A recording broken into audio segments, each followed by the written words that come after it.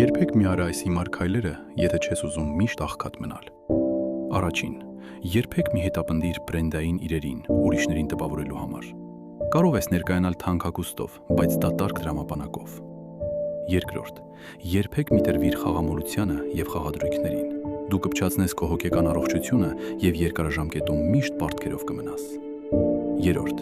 երբեք պարտքով փող մի տուր։ Դու հետո վերածվում ես մուրացկանի, խնդրելով, որ փողդ ետ վերադարձնեն։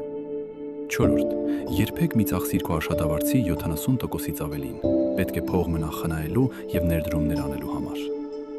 Հինգերորդ, երբեք մի գնիր այն, ինչ քեզ պետք չէ։ Հակառակ դեպքում մի օր ստիպված կլինես վաճառել այն, ինչ իսկապես կարևոր է։